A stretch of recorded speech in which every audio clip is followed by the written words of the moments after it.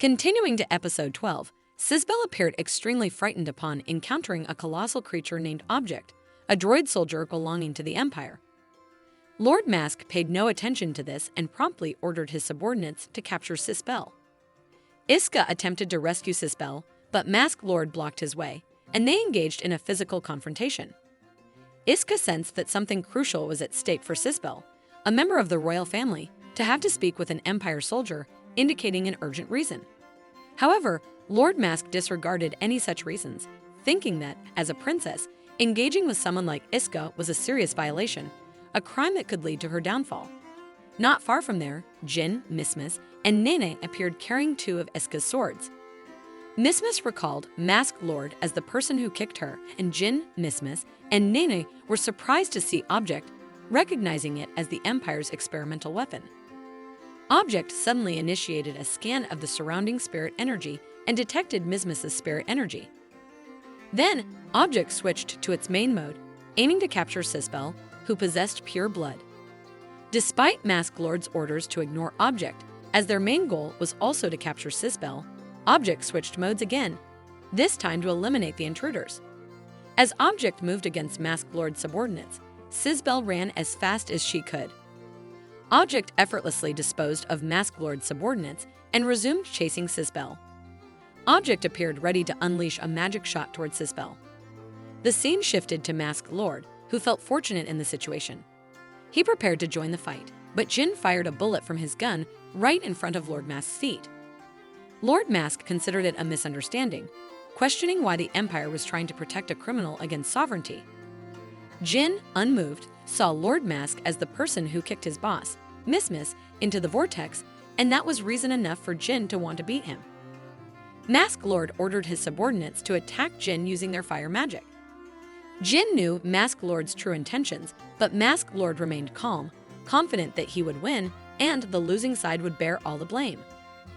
Jin and Mismas faced threats from Mask Lord as his subordinates began casting ice magic towards them. The scene returned to Sisbel, under attack by Object's magic shots. Iska arrived just in time, deflecting the attacks with his sword. Nane approached, stating they needed to stop Object before it transmitted data to the Empire. It seemed Nana's bag contained something to defeat Object. Nana asked Iska for time to prepare. Iska faced Object alone, but the creature's metallic-coated body resisted Iska's sword. Sisbel asked Iska why he saved her, and Iska replied that he had his reasons, many of which he hadn't shared yet. At least, he didn't want to surrender her to Lord Mask. Iska attacked Object again to protect Sisbel. Sisbel became more captivated by Iska's kindness. Nana's preparation was complete, launching rockets from the object she carried earlier. The rockets hit Object accurately, incapacitating it. On the other side, Mismas and Jin ran intending to catch up with Iska. However, suddenly, Lord Mask was already behind them, attacking Jin with his knife. Fortunately, Jin managed to block it with the gun he carried. Lord Mask proved to be more skilled in close combat, successfully slashing his knife into Jin's hand. Jin dropped the gun, but it turned out he still had another pistol in his left hand. He shot a bullet into Lord Mask's chest, but unfortunately, Jin's shot hit the recorder Lord Mask was carrying. He wasn't injured, but he lost evidence to accuse Sisbel. Lord Mask teleported right in front of Jin, slapping his hand until the pistol fell, then he teleported again to spill the gasoline from the drum. He intended to burn the place down. One of his subordinates began casting fire magic to ignite the gasoline, but the fire went out. It turned out Mismas could use the power she gained when she fell into the vortex. Lord Mask was about to step forward, but Jin shot right into Lord Mask's mask, causing it to shatter and blood oozed from his forehead. Lord Mask said it was time for him to stop, as his efforts to pursue Sisbel wouldn't be worth the result. He disappeared with his teleportation magic. Elsewhere, Object, which seemed disabled, could still move and detach some parts of its body. It switched the main energy supply to the secondary energy. Nana noticed something strange, as Object now used not electric or fuel energy, but spirit energy. Iska became suspicious that something was hidden inside Object's body. With immense energy, Object shot towards Iska and Sisbel, causing massive damage. Fortunately, they managed to evade the attack. Object began gathering energy again for the next attack. Nene, seeing this, immediately attacked it again with rockets from the box she carried. However, Object now had a shield to block the rockets. Iska then ordered Nene to save herself and the people around and handed Object over to him. Iska began running forward to attack Object. Object tried to fight back by shooting spirit energy towards Iska. Iska could only deflect it, and Sisbel tried to help by using her spirit energy to create a sandstorm in the location, obstructing Object's vision. From above, Iska broke through the sandstorm and thrust his sword directly into the core in Object's head. Object seemed defeated, but it launched a program to release the wild beast Catalyst core. A magical energy surged, absorbing Sisbel to merge with it. Object had now transformed into a creature vastly different from before. Iska attempted to rescue Sisbel by attacking the creature, but it turned out to be stronger than before. Iska found himself cornered. Fortunately, Alice came to his aid with her ice magic attacks. Together, they shared the same goal, to save Sisbel. Using her magic, Alice conjured ice to entangle the creature and formed spiked ice to attack it.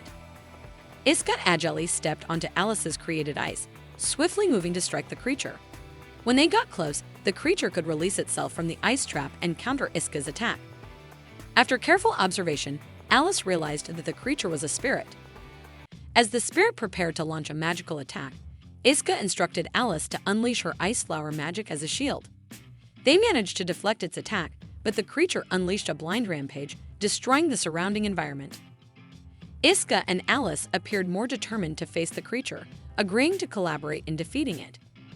Iska drew his two swords, and Alice formed a thick ice wall to block the creature's attacks.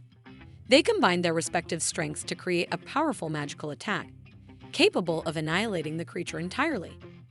After the creature disappeared, Sisbel emerged from the remnants of magical energy, unconscious. After winning the battle, Alice felt embarrassed because she should have fought against Iska, not alongside him. Meanwhile, Sisbel woke up and saw the two of them. Sisbel then asked if her sister, Alice, already knew Iska, as she had been curious for a long time about their relationship. Alice fell silent upon hearing the question. Iska tried to answer, but Alice bluntly stated that she didn't know Iska at all. Iska and Sisbel were shocked to hear Alice's response, as they already knew she was lying. Alice attempted to convince Sisbel by signaling to Iska to support her answer. Iska pretended not to know Alice either. Sisbel, aware that both were lying, had another strategy. Since they didn't know each other, Sisbel declared that Iska was the ideal person to accompany her, reaching out and holding Iska's hand. Of course, Alice was flustered witnessing this and wanted to stop it but couldn't find a proper reason. Meanwhile, Nennet and Mismis were calling for Iska. Iska seized the opportunity to escape, reunite with his friends, and leave Sisbel and Alice behind.